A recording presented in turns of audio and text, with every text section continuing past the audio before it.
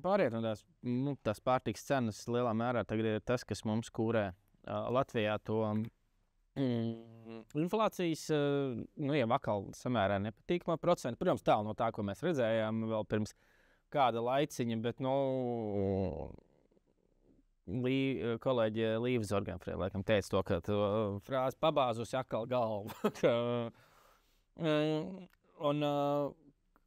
Kā tev šķiet, kā izskatīsies tas dzīves dārdzības kāpuma līmenis tālāk vispār šajā gadā? Mums ir kaut kādas cerības, ka tur kaut kas sāks bremzēties?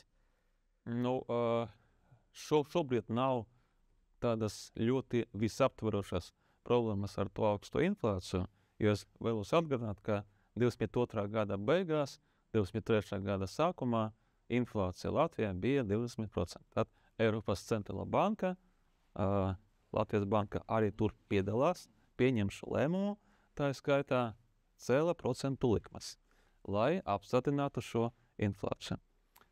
Tagad inflācija Latvijā 4%. Ja mēs runājam par visu Eirozonu, tad šīs inflācijas mērķis gandrīz jau ir sasniegts, 2% inflācija.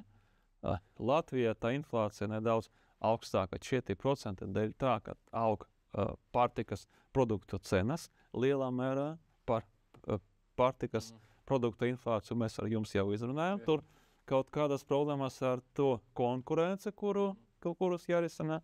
Ja, tad šobrīd jau inflācija, 2% inflācija, kā lai veicinātu ekonomisku izaugsmi, mums vajag inflāciju 2% gadā. Ja, tagad Eirozonā faktiski šis mērķis gandrīz sasniegts. Tagad Eiropas centrālā banka var atkal procentu likmes samazināt, ko mēs jau izdarām. Tā, kā atkal uzskatīt, ka mums visu laiku būs tā augsta inflācija, nē. Nevajadzētu tā būt. Bet es nezinu, cik tev ir brīvas rokas komentēt ECB politiku, bet finanšu tirgi pagaidām izstāsta, ka prognozē, ka būs vēl viens samazinājums šogad un tikai vēl viens. Un ka ļoti iespējams mums būs pauze uz vasaru no Mārtiņa Kazāka, laikam bija Bloombergā kaut kur citēts, nepateikšu tikko, bet nesen skatījos arī, ka varbūt tagad varētu tikt piebremzētā samazināšana. Nav tā, ka mums lido ekonomika Eiropā. Nav tā, ka varbūt bišķiņ pa ilgu uz tiem svariem ir tā monetārā roka poterēta un varbūt tās važas ir bišķiņ ātrāk jāņem. Bet vai mēs varam uzskatīt, ka tieši ECB monetārā politika bremzē tagad ekonomisko izaugsmi? Nē. Es varu oponēt, ka tai skaitā spēlējošs faktors tas noteikti varētu būt. Visu laiku ASV bija gan augstākas procentu likmes, gan arī spēcīgāka ekonomiska izaugsme. Kāpēc? Dažādi faktori. Noteikti mēs varētu atgriezties pie dažādiem burvīgiem birokrātiskiem aspektiem, kas ir veco kontinentu nomocījuši gan ilgu laiku. Tur tas nozīmē, ka tās visas problēmas ir jārisina. Es domāju, ka neviens cilvēks nesagaida, ka tagad procentu likmes samazināsies katru ECB, kad viņi sanāk katru reizi atkal. Es domāju, ka nebūs tā, jo šobrīd jau procentu likmju līmenis ir tuvu tam, lai nebūtu nekādas ne bremzējušas, ne stimulējušas ietekmes uz ekonomiku. Ja? Tad inflācija ir apslāpēta, procentu likmes var samazināt, ECB to izdara, bet tad ir jārisina citas problēmas. Bet pašreizējo tirdzniecības karu ēnā, kas, protams, nevar saprast. Tur viena diena sajūta, ka tur spirāli pluņi aizies tādi, ka maz neliekas tarifiem, tad otra diena atkal nebūs, atliekam visu pārējo.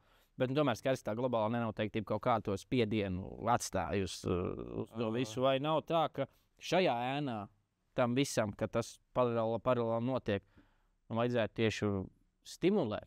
Nevis, teiksim tā, nevis slāpēt, bet varbūt, proti nevis beigt slāpēt tikai, bet sākt jau stimulēt. Cik liela ietekme ir no ASV.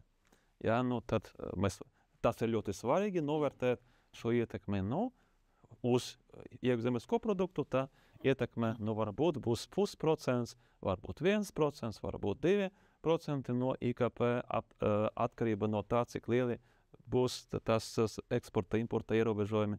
Ja, atkal, tie nav 100% no IKP. Ir lietas, kas no mums ir atkarīgas, ir lietas, kas no mums nav atkarīgas. No mums tagad, no Latvijas nav atkarīgs no tās, kas notiek ASV.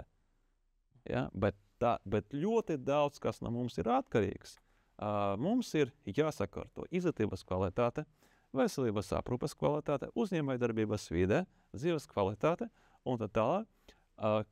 Ir ļoti daudz, ko mums izdarīt, un šo visu ir jāizdara. Mums ir jāfokusējas uz to, ko mēs savā dzīvē varam izdarīt. Ja? Kā piemēru, jūsu dzīve ir atkarīga no tā, vai jūsu TV raidījums ir vislabākais Latvijā vai nav. Ja? Jūsu dzīve no šī aspekta ir atkarīga daudz vairāk nekā no tā, kas notiek tur ASV vai no procentu likmēm vai vēl kā. Ja jau tagad ir vislabākais raidījums pasaulē, ļoti labi. Tas nozīmē, ka ir jābūt vislabākais pasaulē. Un mēs strādājam uz to. Līdz ar to mums tagad ir 1 stunda, un mēs strādājam kopā abi divi uz šo mērķi. Labi, tagad mēs varam iedomāties, kas, ja katrs Latvijas iedzīvotājs strādātu tieši tā, lai savā jomā kaut ko izcilu izdarītu. Patiešām tad visa Latvija uzplauktu, vai ne? Šis ir tāds. Mēs, jebkuros apstākļos, varam izdarīt ļoti daudz. Tas ir tāds kārtīgi patas pilna politiska runa. Mēs varam sēdēt. Mēs esam mazi. Neko nevar. Donalds Trumps, tā ir galva. Mēs jau neko nevaram. Un tā visu mūžu sēdēt tikai runāt par kaut kādiem ārējiem notiekumiem, vai ir jēga vispār?